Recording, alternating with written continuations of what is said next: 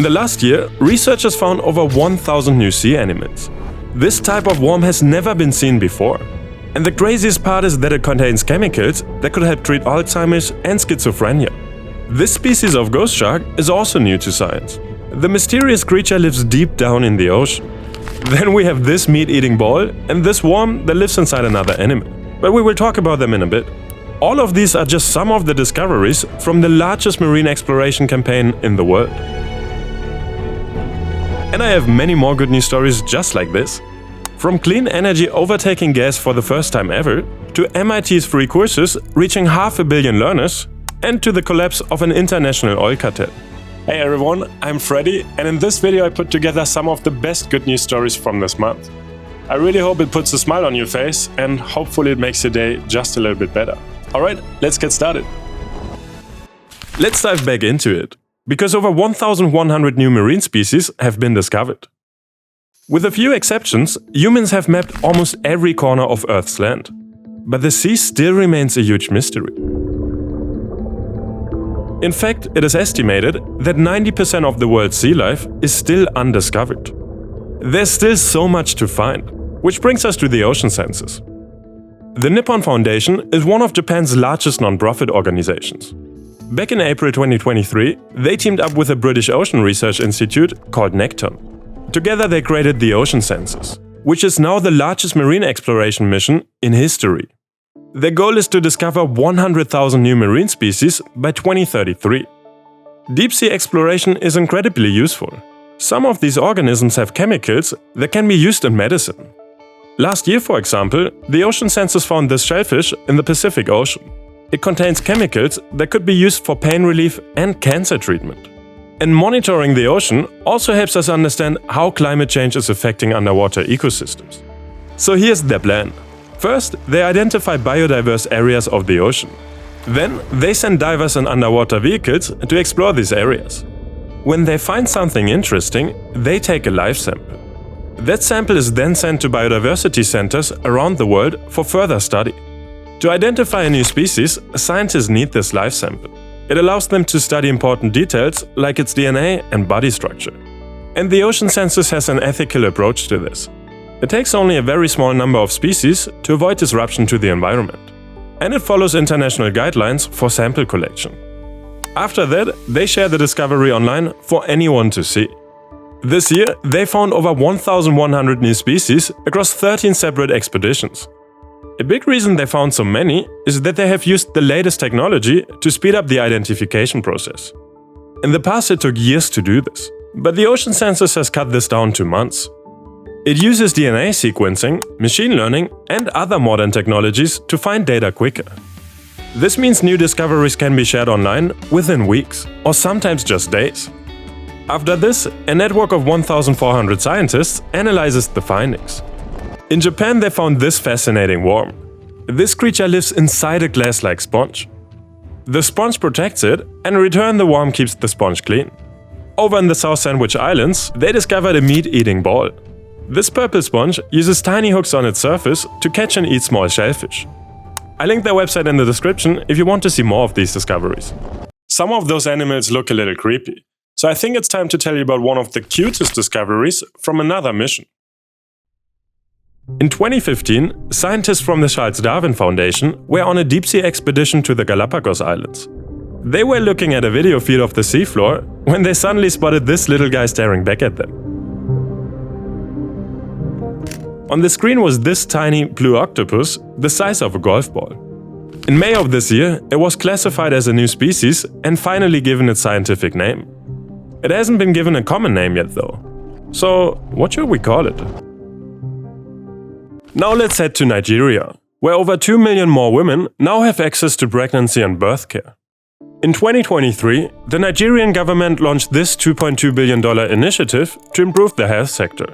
That's because historically the government hasn't invested enough funds in health, so they are now trying to make up for this. Some of this money went towards improving pregnancy and birth care. A report revealed that over 1,000 newborn care facilities had major equipment shortages.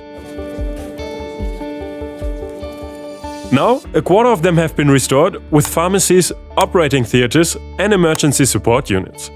In total, more than 40,000 maternal services have been reintroduced. Those are services which provide important medical assistance to mothers and newborn babies. And we are already seeing the effects of this.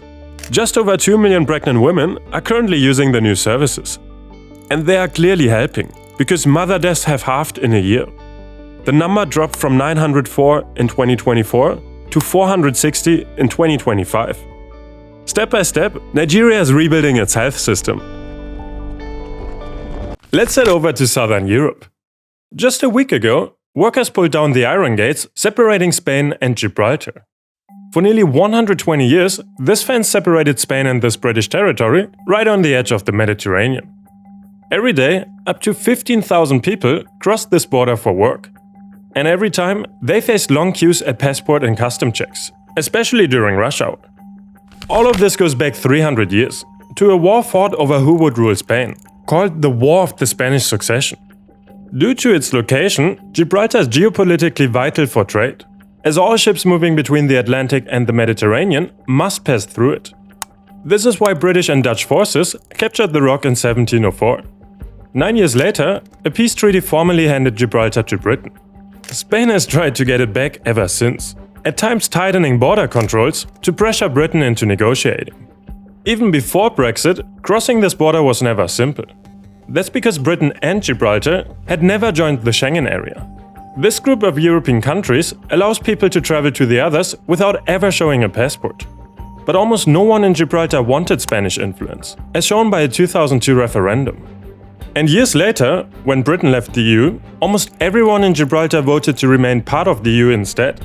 Leaving the EU meant a stricter border with Spain. That threatened the economy, which depends on the flow of workers and goods crossing it. And now, a new treaty between Britain, Spain and the EU has eliminated border checks between Gibraltar and Spain completely.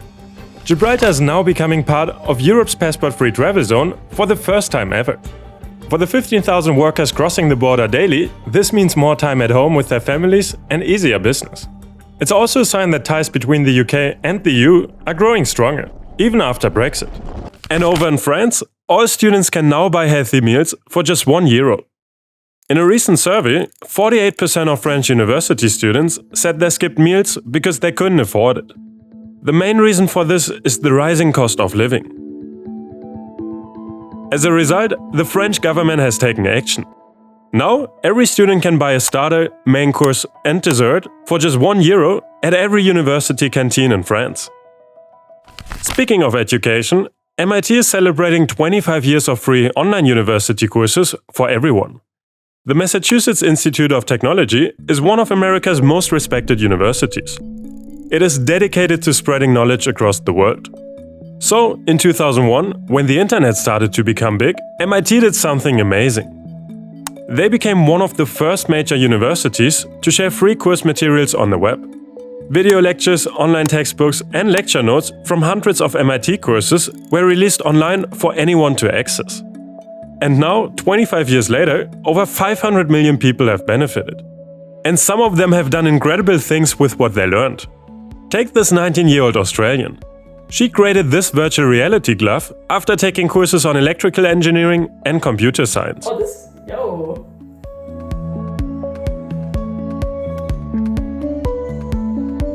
The glove allows you to feel objects in virtual space, and it's lighter and cheaper than current models.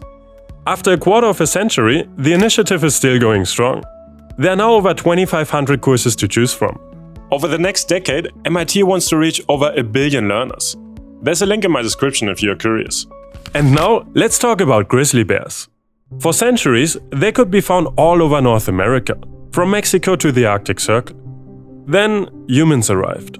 They built roads, railway tracks, towns and cities, which separated wild bears and other animals into smaller groups. Isolated like this, these populations started inbreeding, which drained their genetic diversity and made them far more vulnerable to disease.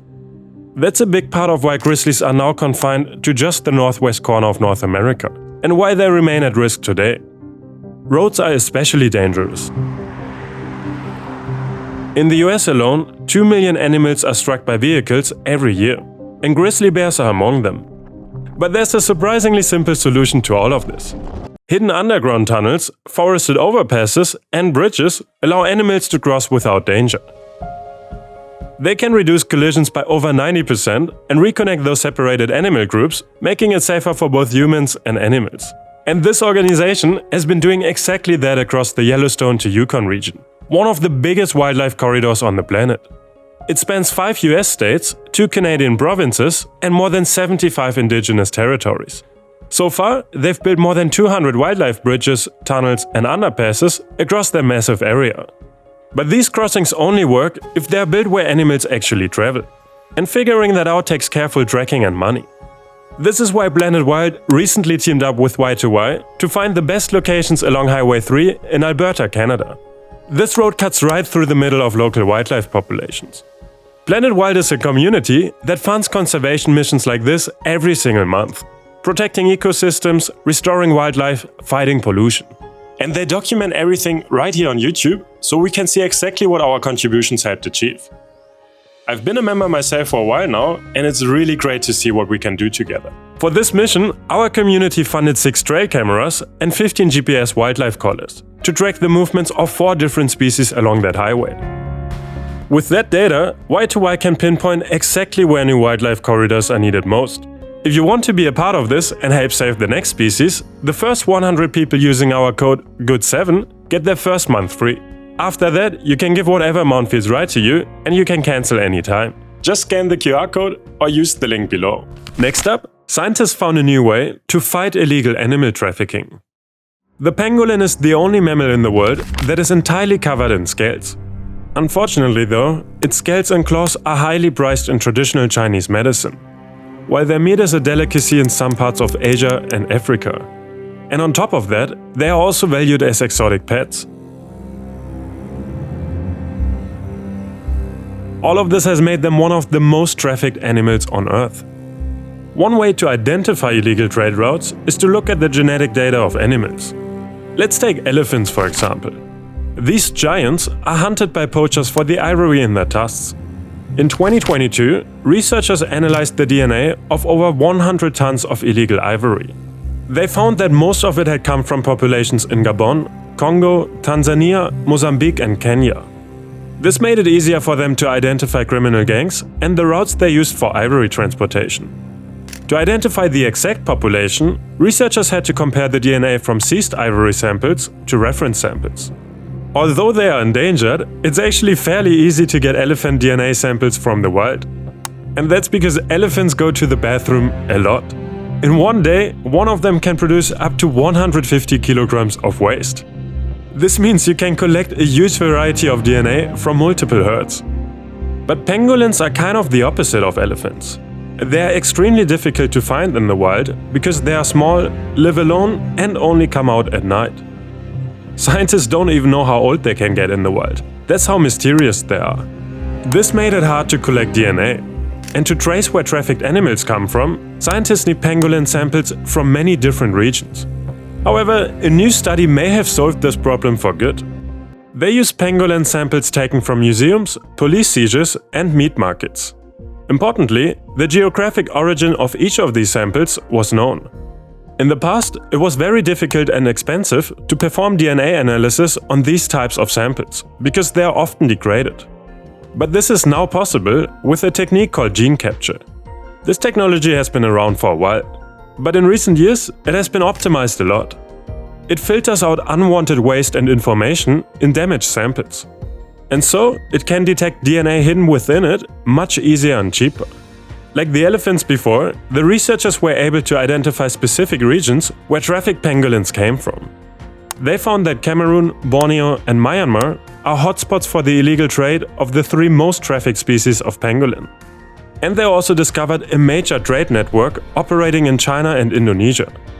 This information will be very useful for police operations in the future.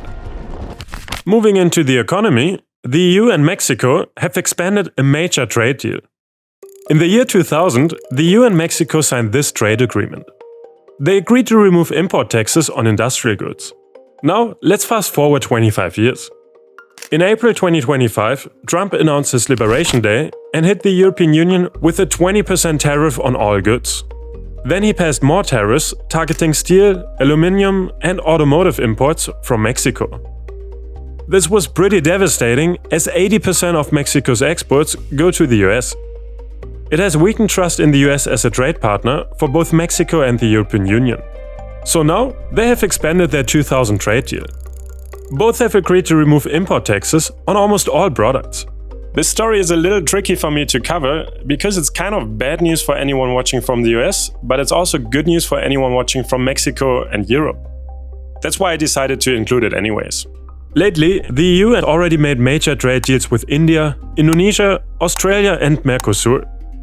And right now they are negotiating with Thailand, Malaysia and the Philippines. And energy politics is changing too, because the United Arab Emirates has just left OPEC. OPEC is the world's largest partnership of oil-producing nations. 44% of global oil comes from these countries. Their large share of the market means they can make global oil prices artificially high. They do this by regulating competition between each member state. So if one member wants to sell their oil at a lower price, they can't. OPEC is often described as a cartel for the way it uses its dominance to control prices. If all of its members were businesses, you could definitely call it a cartel. But because they are powerful nations, it cannot be taken to court. This organization has enormous power. It can tell all of its members to reduce oil production. This reduces global supply, which means they can set higher prices to make more profit. Equally, they can tell everyone to increase oil production. This floods the market with cheap oil, which stops competitors like the US from challenging them. Thankfully though, OPEC has been losing influence over the past decade, as outside competition increased. And OPEC has also become weaker because a lot of their members have withdrawn from it. Indonesia, Qatar, Ecuador, Angola have all left in recent years, because they wanted to be more independent. The US-Iran war has divided OPEC even further. The Strait of Hormuz is OPEC's most important trade route. Restrictions in the strait, together with the conflict spreading across the Gulf, made much of the group's oil difficult to ship reliably. That means OPEC lost its main tool for controlling prices. This is one of the reasons why the United Arab Emirates has just left OPEC after 60 years. They were the organization's fourth largest producer. And like other ex-members, they have also become tired of OPEC's control of their oil. It's great that the organization is losing power, but I want to be transparent here. Because part of the story is also that the UAE wants to increase oil production next year. And obviously, that is pretty bad news. But the good thing is that the future of energy is already shifting. Wind and solar generated more electricity than gas worldwide for the first time ever. That's according to the latest analysis by Ember. In April this year, solar and wind generated 22% of global electricity, while gas only provided 20%. In one of my previous videos, I reported that clean energy met all global electricity demand growth in 2025. A big reason for this is China. Over the last few years, it has built wind and solar power at a massive scale. And in 2026, that momentum is still going. It's the result of a wider global shift towards renewables. And unlike gas and oil, there's no sign it is slowing down. In March this year, China doubled its solar exports in a single month. High energy prices caused by the US-Iran war have increased sales. All of this has shown us that something exciting is happening. Renewables are becoming a more reliable alternative to fossil fuels. And that can only be a good thing. Real quick before we continue, if you're enjoying these good news, make sure to subscribe. Anyway, from one type of energy to another. Germany plans to pass a sugar tax. Germans have gradually become heavier over the past 30 years. From 1990 to 2015, the percentage of adults with obesity doubled. And right now, about 1 in 4 people are obese. Having obesity increases the risk of serious health problems, like cancer, cardiovascular disease, and type 2 diabetes. Over the years, this has put a lot of pressure on the German health system. One driving force behind all of this is too much sugar. But thankfully, the majority of Germans want to see change. In a survey from February, 60% supported a sugar tax. These measures have already been very successful in other countries. The UK announced its own version in 2016. It gave soft drink companies 2 years to change how they made their products. In 2018, the law came into effect. As a result, total sugar in soft drinks was reduced by 35%. Afterwards, the amount of sugar consumed by children in soft drinks fell by half, while for adults it dropped by a third. The German government has just published plans to introduce a sugar tax in 2028. The exact rates are still being discussed right now. But what we do know is that this tax could make over $500 million every year. And that money will be spent on disease prevention and health promotion initiatives. For decades, the German sugar industry has fought against the sugar tax. But now, Germany is closer than ever to introducing one. And it has the potential to prevent thousands of cases of obesity. Next up, let's talk about medical breakthroughs. Because a new AI tool can detect celiac disease with the accuracy of a human. You've probably met someone who follows a gluten-free diet. Chances are that person may have celiac disease. If you zoom in on the small intestine, you will notice it contains tiny fingers on the surface. These are called villi. They are important because they absorb nutrients from the food we eat. If you have celiac disease, gluten makes the immune system attack and damage your villi. If left untreated, this can lead to a number of health problems, like malnutrition, heart disease, and other autoimmune diseases. Celiac disease can appear at any time in your life after you start eating gluten. But that is only if you're genetically predisposed to getting it. That means some people have a higher chance of developing it than others.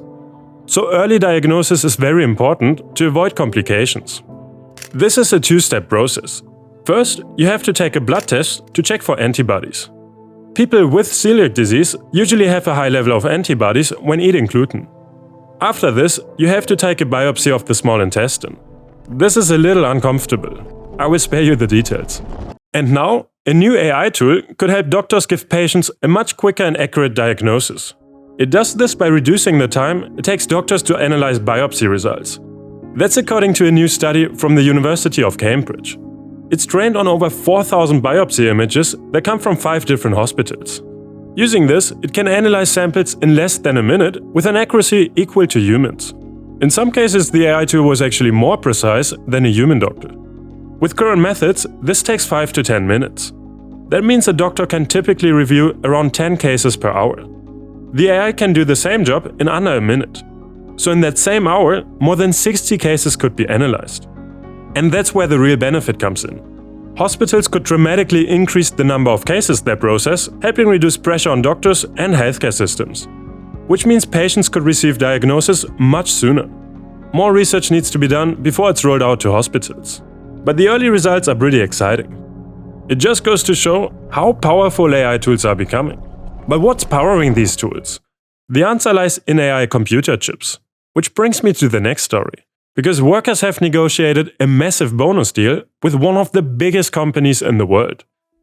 Demand for AI chips is at a record high, and Samsung has made a fortune selling them. In the first quarter of last year, their chip division made $700 million. But in the same period this year, they made an astonishing $36 billion. That's around 50 times more profit. 50 times! That is crazy. Despite this, Samsung was not very generous with their bonuses last year. Surprise, surprise. Tensions began when employees at a rival chipmaker received a bonus 3 times larger than Samsung workers. What followed was 5 months of negotiations between Samsung and labor unions. In May, workers announced they were going on an 18-day strike after talks collapsed. Samsung alone makes up about a quarter of South Korea's entire economy. So this would have caused huge disruption to the national economy, as well as the global AI chip industry. That's why the South Korean government stepped in at the last minute. Hours before the start of the strike, they came to a provisional agreement. All employees will now receive a wage increase of around 6%, while 60% of Samsung's workforce will get a bonus of $370,000. So there's some good news in the world after all. Do you think AI is good for humanity, or should we better get rid of it again? Let me know in the comments below, and huge thank you to all of our channel members, and of course to Planet Wild for making this even possible. If you want to help out projects like the one in North America we talked about, you can scan the QR code or use the link below. And if you're curious how they created the world's biggest wildlife corridor, you can watch their video right here.